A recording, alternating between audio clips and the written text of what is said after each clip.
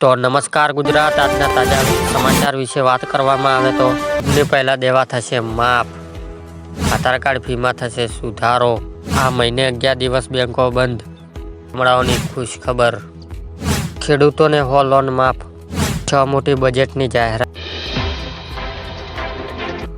આ મહિને 11 દિવસ બેંકો બંધ એટલે કે જાન્યુઆરી મહિનામાં પૂરો થયો છે અને ફેબ્રુઆરી મહિનામાં શરૂઆત થઈ ગઈ છે। જો તમારી પાસે ફેબ્રુઆરી મહિનામાં બેંક સાથે સંબંધિત કોઈ મહત્વનું કામ છે તો તે આજે જ પૂર્ણ કરો, કારણ કે ફેબ્રુઆરી મહિનામાં ઘણા દિવસો સુધી બેંકો કોઈ કામ રહેશે નહીં। રિઝર્વ બેંક ઓફ ઇન્ડિયા એટલે કે ફેબ્રુઆરી મહિના માટે બેંક હોલ્ડ લિસ્ટ જાહેર કર્યું છે। ચૂંટણી પહેલા દેવા થશે માફ એટલે કે મિત્રો ખેડૂત દેવા માફ કરવાને લઈને સરકાર અને ખેડૂતના આગેવાનો વચ્ચે ફરી એકવાર મામલો ગરમાયો છે। આ વર્ષ કમોસમી વરસાદ અને બજારમાં મંદીના કારણે ખેડૂતને ભારે નુકસાન થયું છે અને ખેડૂતને પાસે જૂના દેવા ભરવા માટે પણ પૈસા નથી, જેથી ખેડૂતને દેવામાં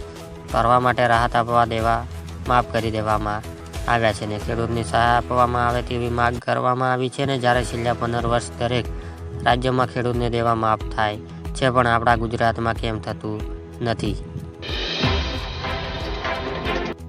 આધાર કાર્ડ ફીમાં થશે સુધારો એટલે કે મિત્રો આધારની વિગત મફત અપલોડ કરવાની છેલ્લી તારીખ ફરી એકવાર લંબાવવામાં આવી છે અને આધાર દસ્તાવેજો અપલોડ કરવાની છેલ્લી તારીખ અગાઉ 14 ડિસેમ્બર 2024 હતી, જેને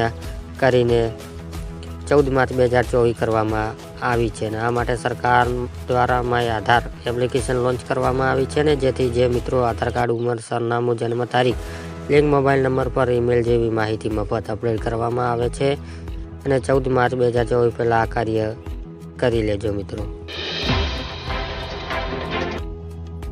ગામડાઓને ખુશ ખબર એટલે કે ગુજરાતમાં સરકાર દ્વારા હવે રાજ્યોમાં દરેક ગામોની સિંચાઈ પાણી આપવાનો એક મોટો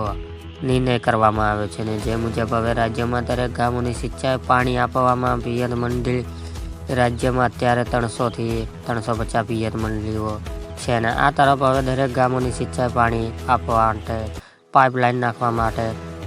50 સબસિડી આપવામાં આવી છે મિત્રો।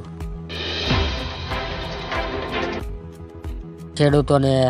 લોન માફ એટલે કે મિત્રો ખેડૂત દેવા માફી લઈને મોટા સમાચાર સામે આવ્યા છે કે મોદી સરકાર જ્યારે 2004ના વર્ષમાં જ્યારે સત્તા ઉપર આવ્યા હતા ત્યારે એમણે કીધું હતું કે 2023 સુધી ખેડૂતની આવક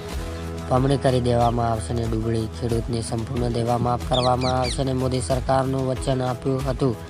કહેવામાં આવે કે મોદી સરકારનું વચન ખૂબ જ